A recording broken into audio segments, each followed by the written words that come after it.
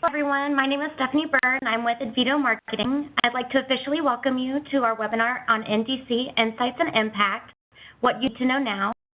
This was designed to help you understand this airline retailing distribution model, its impact on business travel, and what you can do about it now and what comes next. A few housekeeping reminders.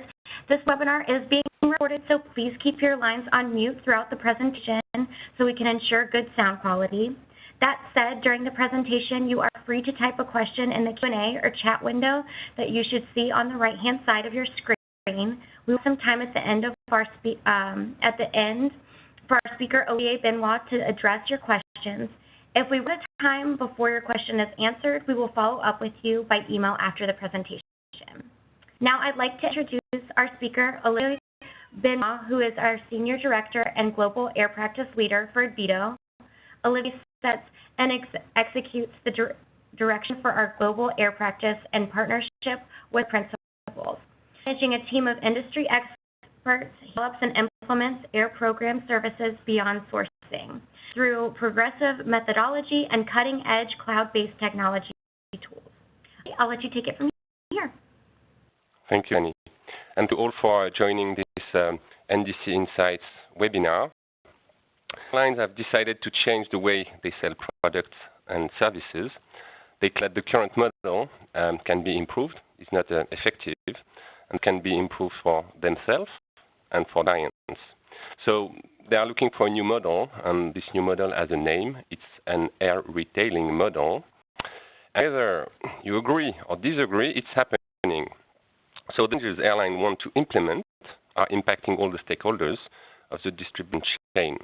Airlines, of course, GSs, aggregators, online tools, travel agencies, and corporate managed programs. So this webinar is to give you more insights and to support you to manage the transition from a business travel perspective. At the end of this webinar, you will be able to answer the following questions and our agenda. What is NDC?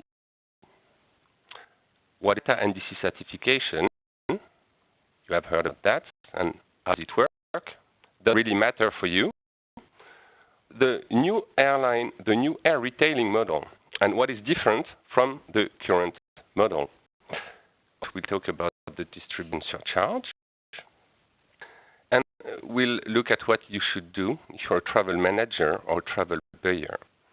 So I will focus on the infamous distribution surcharge first, short term, how to be prepared, it's more term, long term, how to be prepared for personalized offers that airlines will push to your travelers, your new NDC standard capabilities. Finally, I want to share frequently asked questions from Advito clients to our consultants about NDC. And hopefully, we'll keep 5 minutes at the end for an A with our participants. NDC has been misunderstood. There are a lot of discussions, frustrations. So actually, what is it? What is NDC? It's the acronym for New Distribution Capability. It is an initiative added in Resolution 787 in October 2012. So it's already 6 years old, almost. IATA is the International Air Transport Association. 80 airlines, representing 83% of the air volume globally, members. It's not 100%. For example, Southwest, EasyJet, Jetstar, Asia are not IATA members. So the NDC is an IT schema, a protocol, a new EML-based data transmission standard to facilitate air retailing. So NDC itself is just a new data transmission standard. And to read it, if you want to exactly what it is, you can download it, the specification on the IATA website. It's absolutely available to any one of us, and that's the screenshots on this slide. XML, extensive markup language. It's a markup language used today to data on the web, intranet, and elsewhere. The first version of XML has been introduced in 1998. It's not a disruptive technology that is supporting this NDC standard. Even some IT players are claiming that it could be outdated. But anyway, that's the very commonly used standard today. That's the one that has been chosen to develop this new NDC standard by IATA. So this new standard will allow airlines to publish DAS, so Dynamic Airline Shopping API, Application Interface. So these APIs will be used to connect the airlines with the distribution chain in a more effective way than the current IFACT protocol that's used today by the GSs. Even though some GSs are, of course, already using other protocols than EDIFACT. But the backbone structure used by GDS today is the EDIFACT. So that's what NDC is. And to be clear, what NDC is not. So it's not an IT tool, like or a self-booking tool or an online booking tool, aggregator or a new generation of GDS. That is not a tool. It's not a database, like a central managed database hosted by airlines or agencies or service providers. It's not a service that IATA or airlines would provide, and it's not a direct connect. So by that, I mean it's not a way for airlines to force travelers to book directly into their own direct sales channels and by the travel agencies. The change actually in NDC capable world compared to what's happening today, and we'll come back to that with an illustration. Travelers can book through indirect channels, through C and an booking tool, a travel agency, an online travel agency, or they can book directly on an online website. In a new NDC capable world, that will remain. It's a new model. And remember, IATA is operating under very strict antitrust regulation around the world, so it's definitely not something on the agenda as IATA to push to implement a new business model. Nevertheless, there is a mark in red because there is an obvious indirect link relationship between NDC standard and distribution model change. So the action of the NDC standard by the industry is airlines change the way they distribute their product and services. So it's a fundamental step to a new retailing model. So it's not a new business model, but the action of NDC is driving a change in the current business model. So as you can read in the press, IATA and industry players, industry stakeholders, today are communicating a lot about adoption, especially when they get what's called an NDC certification. So actually, what is it? Before we look into the new air retailing model, let's have a quick look at the NDC certification process by IATA. So, who certified? Airline deploys an NDC APIs as certified. Distributors, so travel agents, aggregator, that will consume these APIs, these NDC APIs, can get certification. We've got for the IT providers an NDC capable certification. There are three different levels.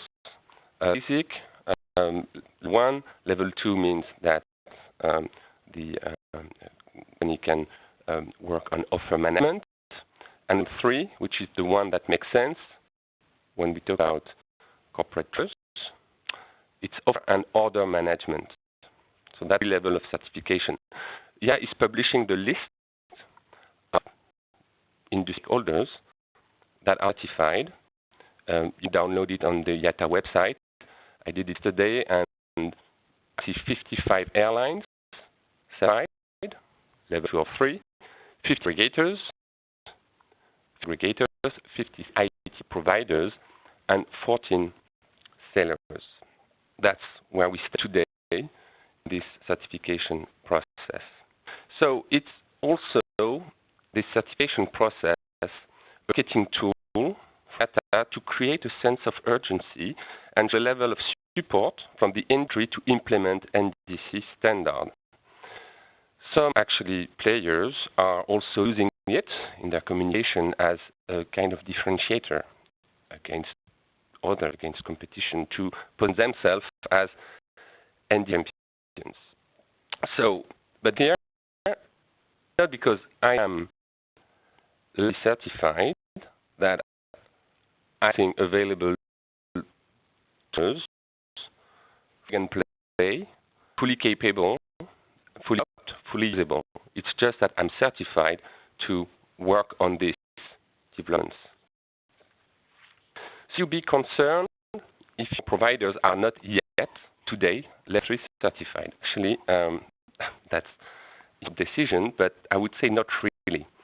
What's important from a travel buyer or travel manager perspective is to discuss with your stakeholders, partners, suppliers, understand what they are working on, and to assess if they will be in the future able to deliver the services and the added value you expect from. NDC certification should really be your main concern. I would not say that it should be completely transparent to you, but almost. A good example is that a travel agency, for example, could be not certified at all, but work with vendors, partners, tool providers that are actually certified. So, with having to be certified itself, the travel agency. A good way to understand why IATA decided this new data communication standard is to look at 3 benefits airlines are expecting from the adoption of the NDC standard, and that's why they are pushing so hard to get quick and large adoption. First benefit from the perspective to allow differentiation. Airlines want to differentiate themselves. On the left, your green screen. That's the EDIFACT standard display that you will get from a traditional GDS. It's by schedule, availability, and price.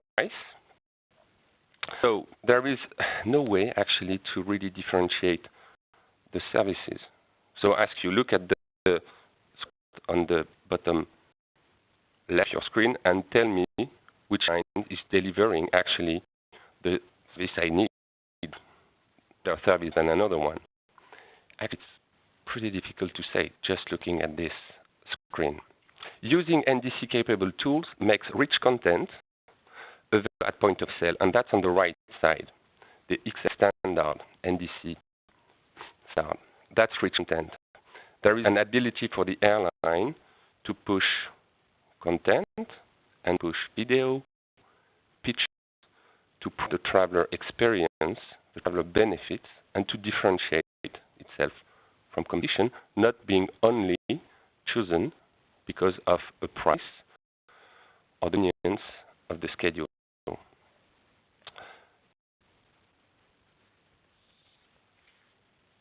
So experts may actually think that this kind of rich content is somehow available today through GDSs. And there is, yes, some IT providers, aggregators, have built an additional layer to the top of the EDIFACT screen that you can see on the left that has the ability to display some pictures, video, or some rich content. But it has a lot of limitation because the content from the airlines it is not always fully available with that current system. That will go away with the NDC standard adoption. And let's talk about the second benefit, which is to simplify the distribution of ancillary services and branded fares. On the left of your screen, you can see just a list of ancillary services that are offered by one airline group. This is Air France KLM.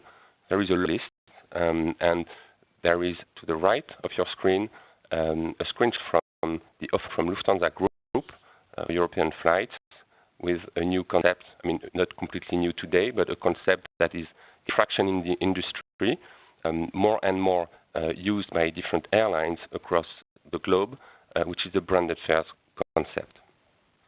So, if the airlines find a way to simplify the distribution of ancillaries and branded fares, they will sell more of it.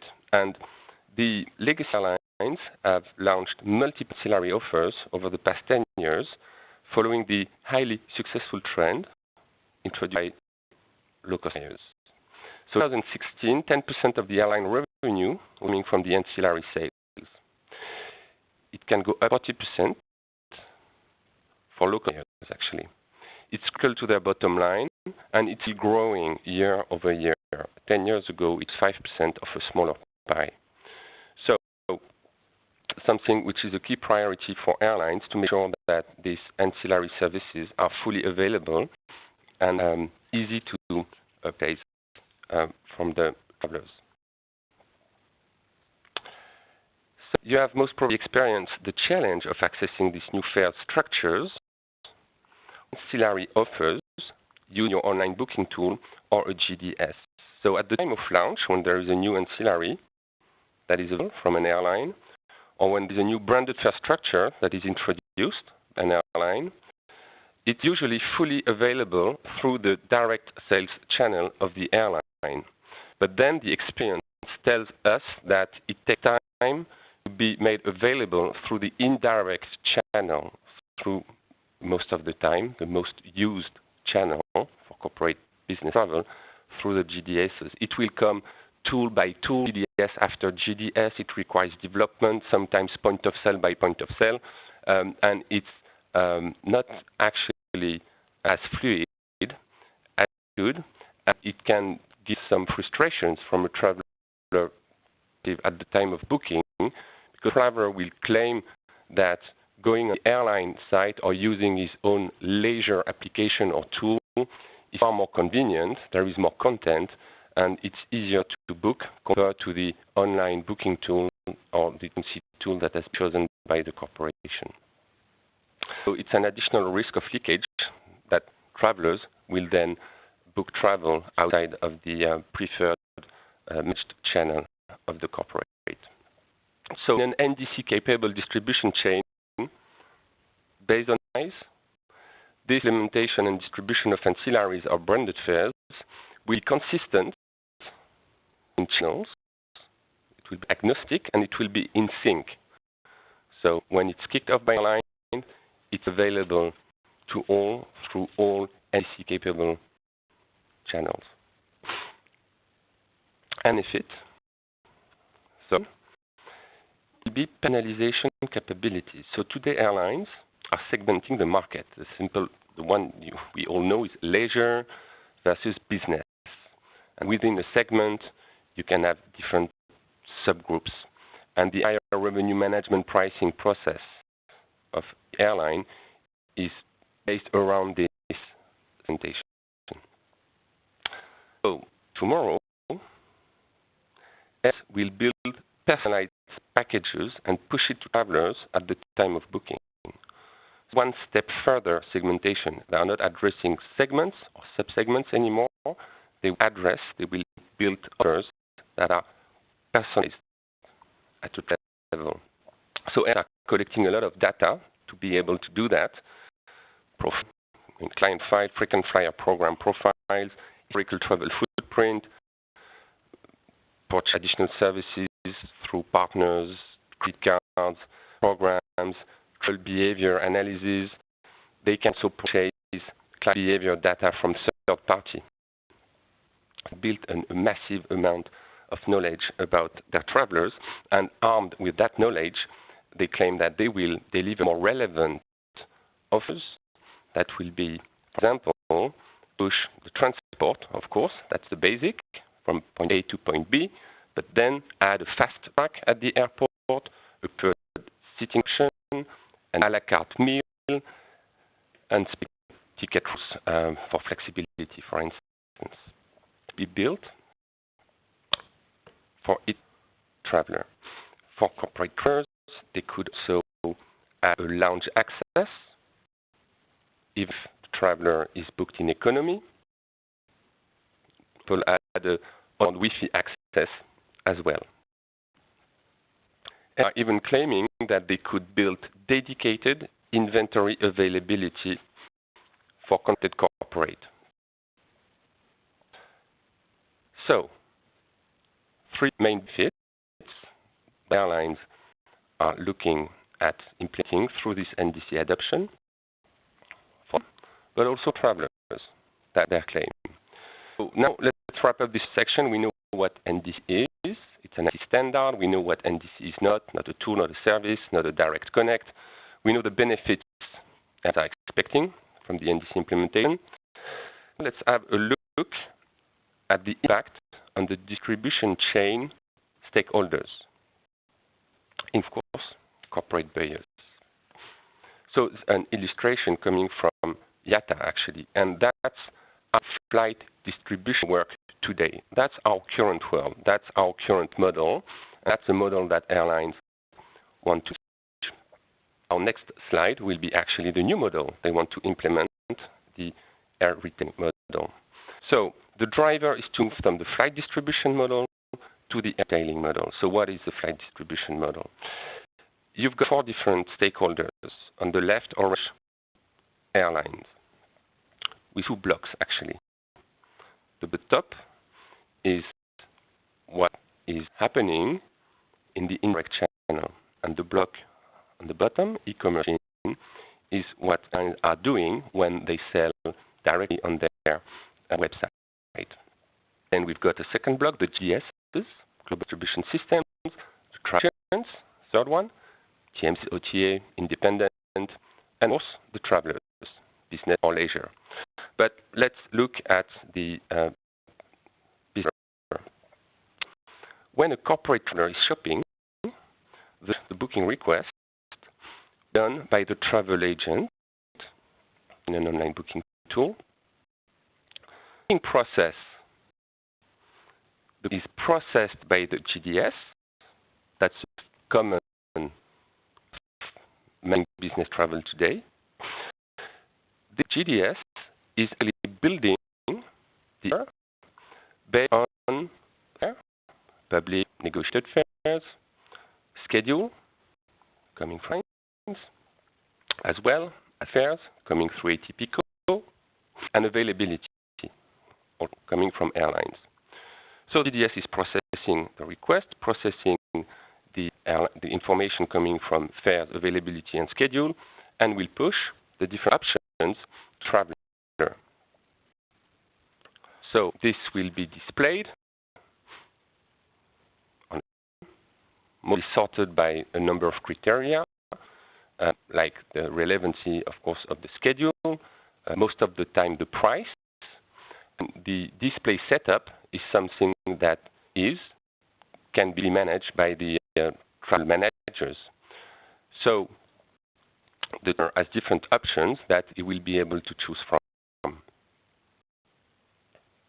When decision is made, trip approved, booking confirmed, a PR is created, and the PR is hosted by the GDS, and it's controlled, owned by the agency in that example. So if booking has to be changed, or if there are some servicing actions, that is done using the same channel through the TMC and managed with the GDS and the airline. When the trip is confirmed by the traveler, the ticket is issued, an e-ticket. This information is processed in the back office. It's an important step for corporate buyers because the TMC will most probably provide additional services. That can be trip, that can be invoicing, of course, duty of care is definitely important, and that can be then T&E and other kind of services that are available through the TMC. That's the way today. Another option is that the travel agent will book directly on the e-commerce engine. That could be an option if the airline is not distributed through GDSs. Third, it creates additional complexity and cost.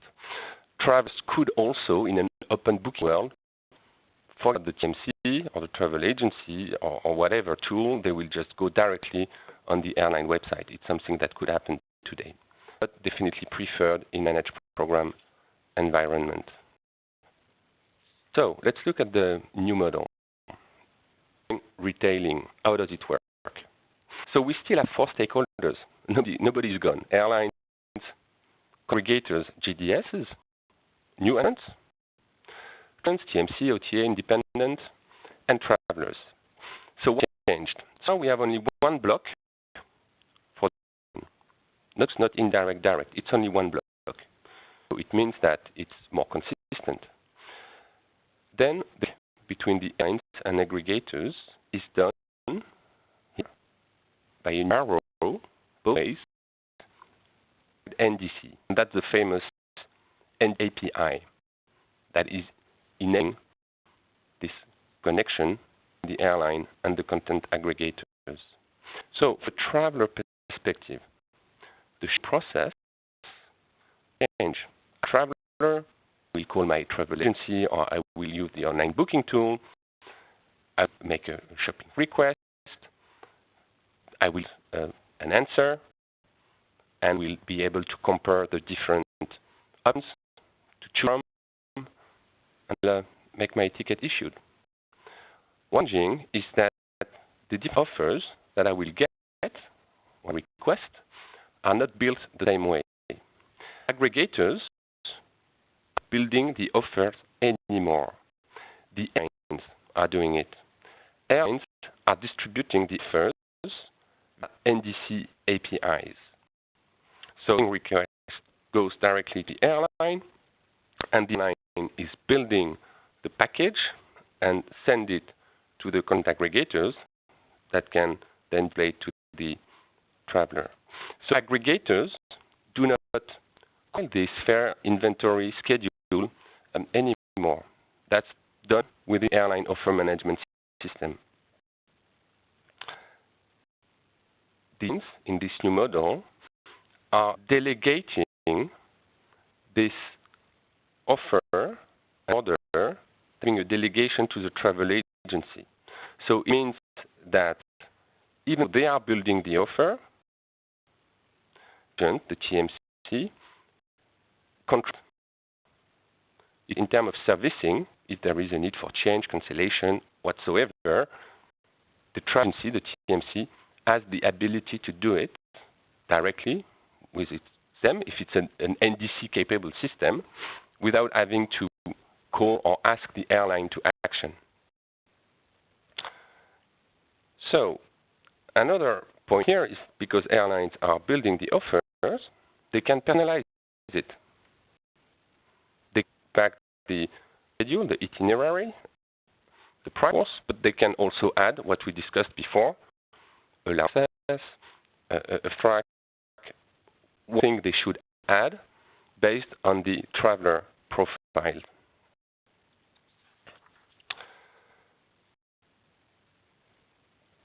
The benefit here is that when put the offer, the airline can reach content thanks to NDC API. So that's why they can put video, videos, whatever they need to push to try to differentiate their product at the preference of the traveler. So it's the new air retailing model. We have 2 other options with content aggregation from the travel agents connected through NDC APIs directly in the offer management system. And of course, there is still the option for open booking. The traveler can still go directly on the airline.com website to put the trip. This graph presents a mature model. All layers are NDC certified, but it's from the current situation. It's a nice, interesting illustration because it's simple, but this new model requires to be fully implemented, available to users, a lot of work. It's plug and play, it's complex, and it requires a lot of investment and time before it's completely usable. First, airlines must publish an API. That's the basic step. All airlines have published an API today. IT providers must use this API and build links between system and airline offer management system. So the trick is that API has to be built for each individual airline. It's not like there is one universal API that will be applicable and usable for all airlines in the world. It's every single airline is publishing an API. So this API is built around a standard, an industry standard, which makes things effective. That's the NDC standard. But each API, airline API is actually specific. What the airlines not publishing APIs is that the previous model, the flight distribution model, with this GS involved to build the offer, is still there. And all airlines in the world are all moved to the NDC capability. So that we will have to live with these two models working in parallel. The last challenge that has raised is the robust stability of the standard. We are at version 17.2. The version 18 is about to be published. So this is something that has been IATA. The 17.2 is robust, is good enough, is strong, so we don't expect a lot of rework through different iterations of the new version of the standard. So that's a claim from IATA today. Well, a question that has been raised is, will airlines' IT systems support such a massive data exchange process? Question, I don't have the answer, but this question has been raised. So it looks great. Slide illustration. Reality is unfortunately more complex than that, and that's why this is a long journey in front of us. For as a manager or a travel buyer, I can just go get and find a tool that is fully NDC capable and that will cover all my requirements connected to all the airlines I need all over the world. So, and to make it even more complicated, some airlines have been extremely creative. Distribution surcharge from major European carriers. It's a January 2018 update. This distribution surcharge concept has been created by Lufthansa Group in September 2015. It's actually when the first NDC has been officially released by IATA. AG Group has introduced one distribution surcharge in November 2017, and Air France KLM Group will start charging a surcharge at the 1st of April 2018. So, let's be clear. Originally, the distribution surcharge has to do with the NDC initiative from IATA. It's not part of the NDC program from IATA to implement distribution surcharge. But the link. What is it? The distribution surcharge, it's a commercial decision from individual airlines, being a member or not of IATA. Actually, these three groups are members of IATA, obviously, but it's really a commercial decision. And why airlines are that it's a must.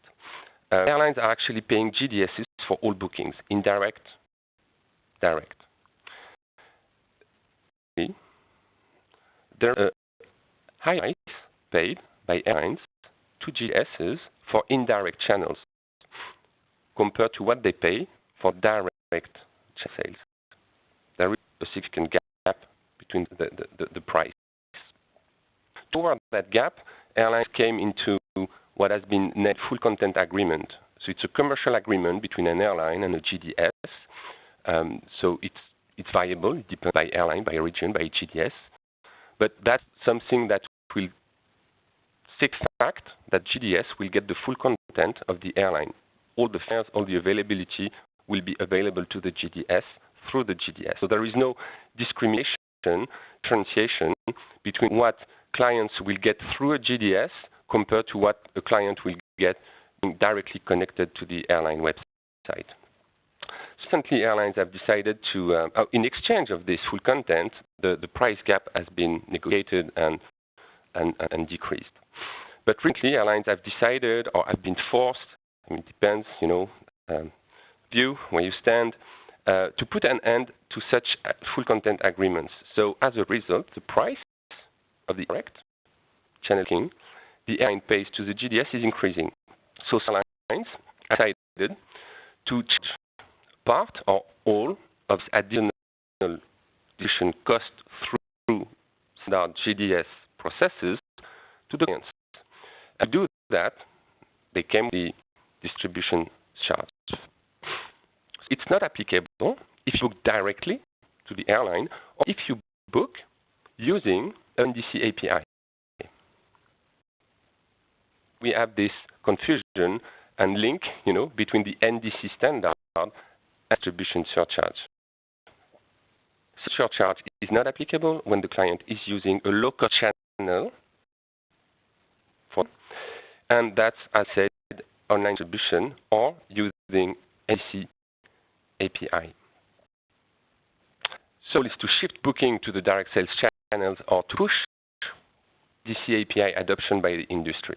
It was pretty successful. It made a lot of noise when Lufthansa started this new concept in 2015. But initially, most of us realized that Ndc was existing, because before that, nobody really took actually a kind of wake-up signal that was sent in a, I would say, negative way. Corporate buyer community has reacted very negatively against concept, because actually it brings costs immediately, while the alternative, it's not a plan actually to move your business to open booking, just booking direct online on a specific website. That's for corporate segment, that does not make sense. So the alternative Ndc API capable channel was not there, and it's still not completely implemented. That's a claim for corporate buyers. Okay, you surcharge me, but the alternative that is exempted from surcharge is simply not working or available or requires development. So that's an explanation why British Airways Iberia came with a new concept, the PET channel, to exempt corporate buyers from surcharge during the transition phase under certain conditions. So the private channel has nothing to do with a tool or whatsoever. It's just a commercial agreement, IT solution, and it's available for selected travel agencies, TMCs, for selected on selected point of sale.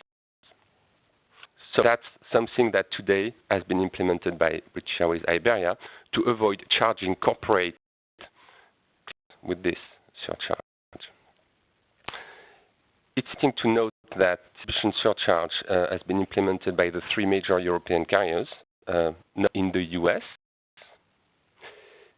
And that's most probably something to do with the fact that the market structure is very different in the US. So there is a massive domestic market in the US, where in Europe you've got dozens of fragmented countries and markets. Just assumption. And actually, in the US, American Airlines, for example, has decided to go the other way, not the stick, the charge, with the carrot. So America has introduced a kind of incentive push travel agencies to the cost channel. Well, what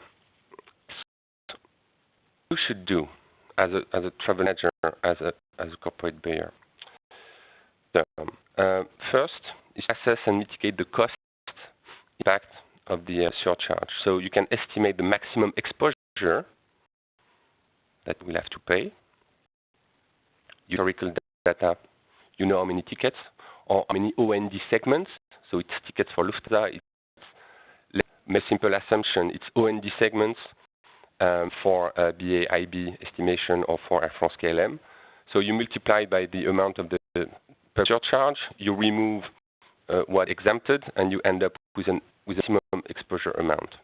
You can shift booking to codeshare partners because the rule of the surcharge is that it's not applicable on a codeshare partner. So if you fly on a Lufthansa plane but you have a codeshare ticket on United, you won't be charged the surcharge. So it's a workaround. You also decide to shift share to competitors, but before you do that, you need to carefully consider what you want to do, and first, if the QSI, the fair market share, the alternative is available, is relevant in terms of schedule. You also need to check what is your average fare paid on the competitor, because if you end up paying more but no surcharge, you may end up losing money by shifting shares. And what is the impact on your contract? If you have a deal with a carrier and you start shifting share, that will impact your performance against the goals from the carrier contract, and has to be carefully monitored and addressed if you want it to backfire on you. So you can also negotiate waivers with airlines, and I wish you good luck because they are very reluctant to do any kind of specific distribution surcharge level that client specific. But it's not because they don't want that you cannot ask, and you can actually also look into a different way, which is to ask for compensation. You can renegotiate your contract terms. The rationale is the distribution surcharge is actually changing the economics of your contract. It's a unilateral and unexpected at the time of contract negotiation, different from the airline. So it creates additional cost for you as a travel buyer or a travel manager. You can negotiate compensation with higher upfront discounts, back-end deals, add new items. You can be creative and push airline sales, account managers to get that discussion. You could negotiate lower contract goals if you implement a shift policy. Then you claim that the goals that have been negotiated are not realistic anymore and should be revised. So the short term. Now, if we anticipate, if we look at mid-term, long-term, one very important action that you can start working on to keep control over personalization. So, our airlines will build personalized packages for your travelers should be actually under your control. What type of ancillary cannot be included in the packages? Example that a traveler in a cabin could get a fare, including a lounge access. So that will definitely drive maybe more traveler satisfaction, but potentially it can drive higher cost. Would you agree with that? Disagree? If you agree, what is the value of this lounge access? What is the cost associated to it? Is it able to negotiate this cost? If it's a personalized offer, you say would be what aligned with your travel policy, what is aligned, and then for the items that are aligned with your travel policy, what is the cost, and that has to be negotiated with airlines. And try to do it today. The airlines are actually not ready. Ndc deployment is driven most time by the distribution teams of airlines and revenue management pricing teams. under the complete control of the sales and account management teams. If I try, and actually tried with our consultants, to negotiate specific personalization packages with some airlines, they need to do it. But it doesn't mean that we don't have to start open the discussion, to start thinking about it, and first to start building our own travel policy to it. Another key element is to definitely talk to your TMC, your online booking tool provider. What will be possible in terms of setup? The airline, you will negotiate with airlines the personalization packages, but then you have to make sure that you can display what has to be displayed to your travelers. So that has to do with the setups that are available to you through the TMC or the online booking tool. So, at conclusion, what you should do is to talk to your partners and suppliers and engage your travelers. You should not expect that your travelers will be familiar with all these changes in this very complex air distribution world. So there are ways to engage your travelers to communicate what are the benefits, what are the new travel policy rules, guidelines, what will change in the tools. So engaging your traveler is important because airlines are going to do it to influence them so they can purchase additional services that will increase the ancillary revenue from airlines. So will influence your travelers. The recommendation is definitely that you engage your travelers to influence them as well. So the behavior that is in line with your business goals.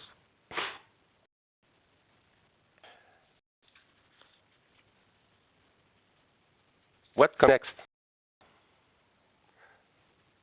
Comes next is one order.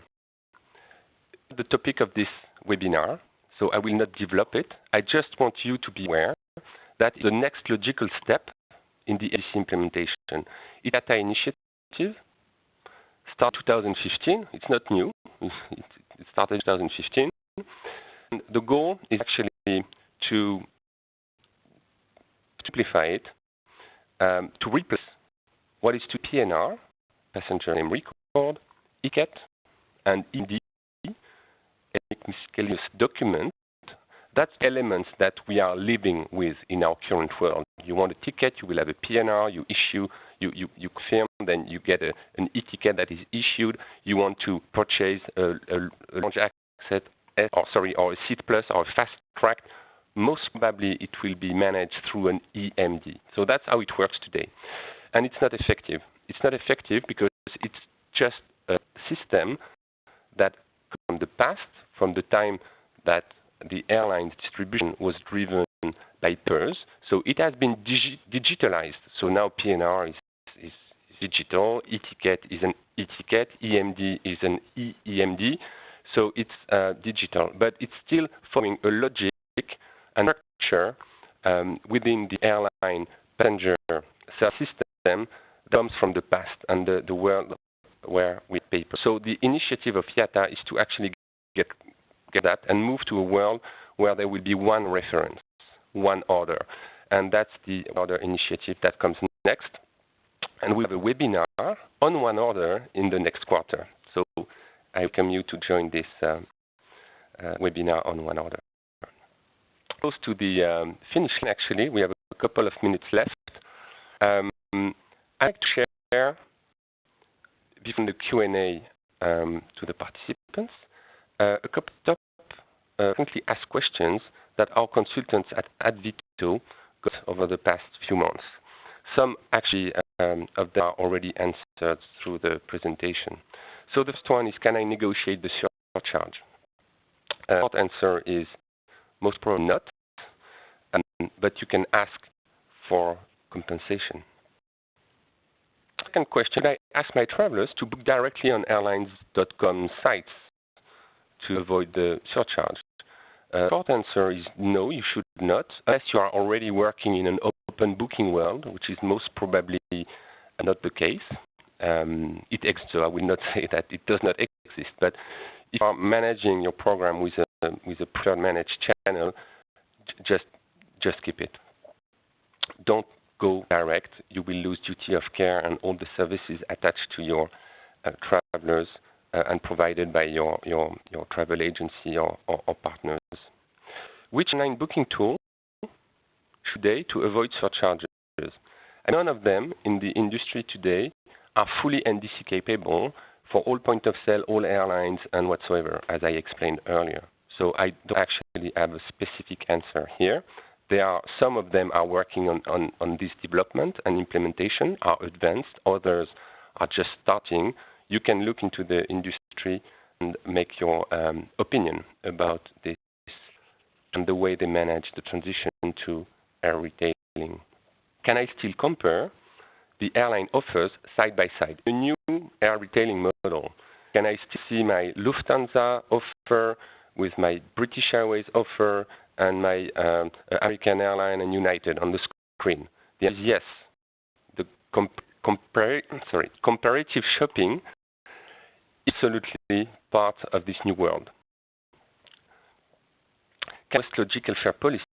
Yes, of course you can.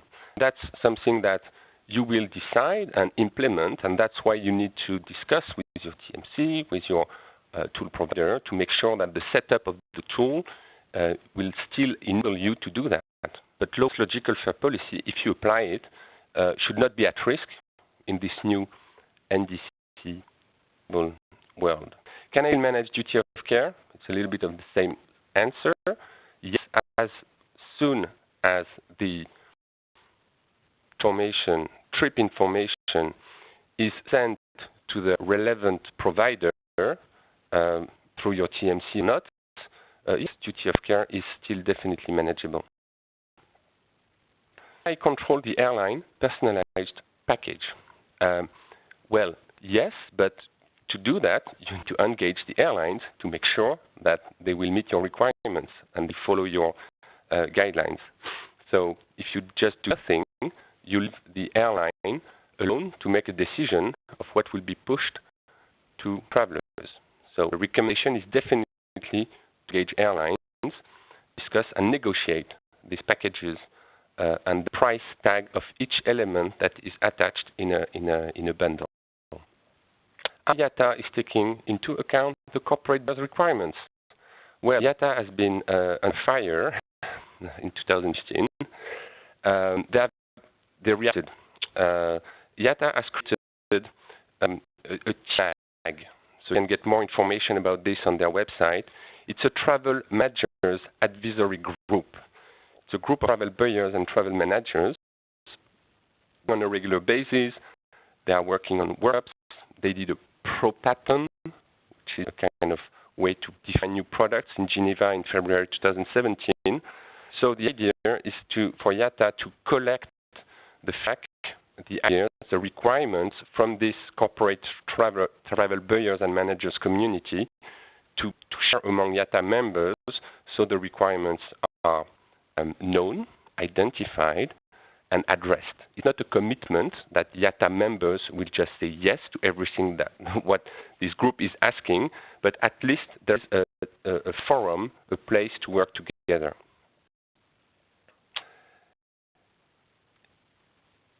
Does the BAIB private channel work? I think I already answered that question. It's just a commercial agreement between BAIB agencies, selected travel agencies, and selected DSs. Nothing to do with the NDC standard itself. Going to pay for all these changes, and that's the key question. So distribution surcharge, the answer is simple. The client is paying it. So purchase a ticket subject to a distribution surcharge. You are paying it today or tomorrow. It's implemented by other airlines. For all the ongoing changes that are requiring massive investments, and I think you got the point when we discussed the new process for the air retailing work, what has to be developed before it's fully operational. That will require time investment from all distribution chain stakeholders. It's going to be split among them. Air actors, GDSs, travel agencies, travelers. So my assumption is that eventually the client will most probably have a share to pay as well in exchange of a better world, an improved, more effective process, more services. It's difficult to predict actually what share, because it's a very competitive world, a lot of competition between airlines, a lot of competition between travel agencies, a lot of competition between IT providers.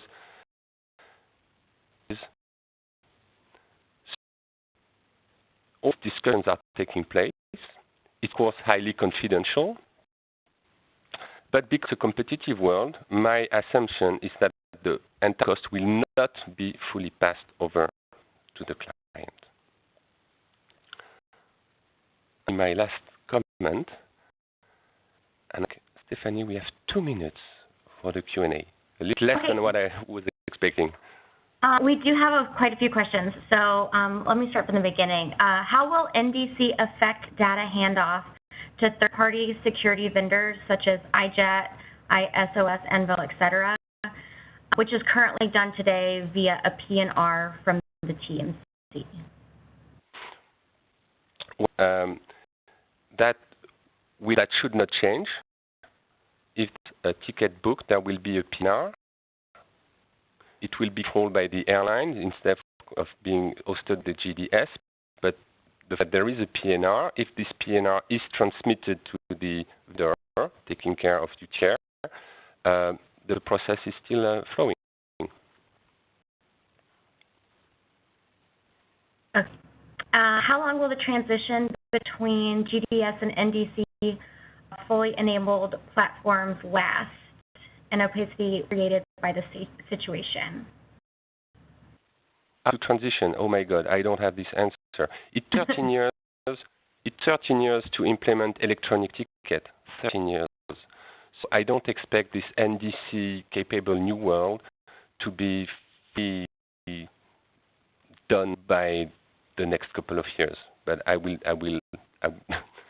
should say 5 to 10 years, but definitely it will take a couple of years.